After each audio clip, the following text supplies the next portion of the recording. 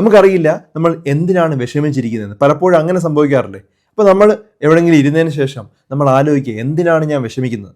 അങ്ങനെ ആ വിഷമത്തിനെ മാറ്റാനായിട്ട് നമ്മുടെ ശരീരത്തിൽ തന്നെ ചില ഹോർമോണുകൾ നമുക്ക് ഉൽപ്പാദിപ്പിക്കാനായിട്ട് പറ്റും.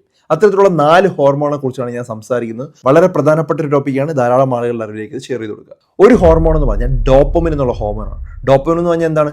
റിവാർഡ് ഹോർമോണാണ്. നമുക്ക് എന്തെങ്കിലും ഒരു ഗിഫ്റ്റ് കിട്ടുന്ന സമയത്തോ അല്ലെങ്കിൽ നമുക്കൊരു റിവാർഡ് കിട്ടുവാണ്, നമ്മൾ എന്തെങ്കിലും ഒരു കാര്യം ചെയ്തിട്ട് നമ്മൾ കിട്ടുന്ന ഒരു ഹോർമോണാണ് നമ്മൾ ഡോപ്പമിൻ എന്ന് പറയുന്നത്. രണ്ടാമത്തെ ഹോർമോണാണ് എന്താണ്?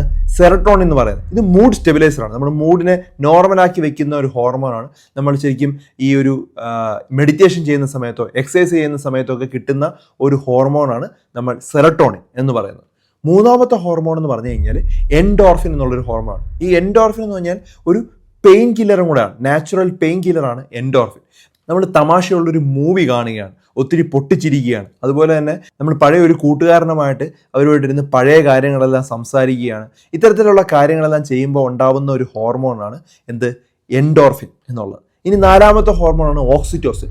ലവ് ഹോർമോണാണ്. അതായത് ലവ് ഹോർമോൺ എന്ന് പറഞ്ഞാൽ നമ്മളൊരു പാർട്ട്ണറുമായിട്ട് സംസാരിക്കുന്ന സമയത്തോ അല്ലെങ്കിൽ അവരുമായിട്ട് സ്നേഹം ഷെയർ ചെയ്യുന്ന സമയത്ത്, അല്ലെങ്കിൽ നമ്മുടെ ഒരു കുട്ടിയാവാം, അല്ലെങ്കിൽ നമ്മുടെ ഒരു പെറ്റാവാം, നമ്മുടെ വളർത്തു നായോ വളർത്തു പൂച്ചയോ ഒക്കെ ആവും, അവരുമായിട്ടൊക്കെ സ്നേഹം പങ്കിടുന്ന സമയത്ത്, അല്ലെങ്കിൽ നമ്മൾ ആർക്കെങ്കിലും ഒരു ഫുഡ് കുക്ക് ചെയ്ത് കൊടുക്കുക, അല്ലെങ്കിൽ നമ്മൾ ആർക്കെങ്കിലും ഒരു സഹായം ചെയ്ത് കൊടുക്കുക, ഇതെല്ലാ സമയത്തും ഉണ്ടാവുന്ന ഒരു ഹോർമോണാണ് ഓക്സിറ്റോസിൻ. ഒരു ബോണ്ടിങ് ഒരു ഹോർമോണായിട്ട് പറയാം. ഈ 4 ഹോർമോണും വളരെ ബുദ്ധിപൂർവ്വമായിട്ട് നമ്മൾ ഹാൻഡിൽ ചെയ്യുവാണെങ്കിൽ നമുക്ക് എപ്പോഴും സന്തോഷവാനായിട്ട് ഇരിക്കാനായിട്ട് പറ്റും. അപ്പോൾ അതിൻ്റെ ലിസ്റ്റിലുള്ള എല്ലാ കാര്യങ്ങളും ഞാൻ പറയുകയാണ്.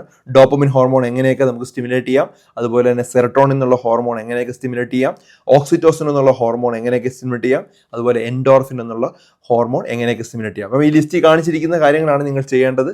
വളരെ പ്രധാനപ്പെട്ട ഒരു ടോപ്പിക്കാണ്. ധാരാളം ആളുകളുടെ അറിവിലേക്ക് ഷെയർ ചെയ്ത് കൊടുക്കുക.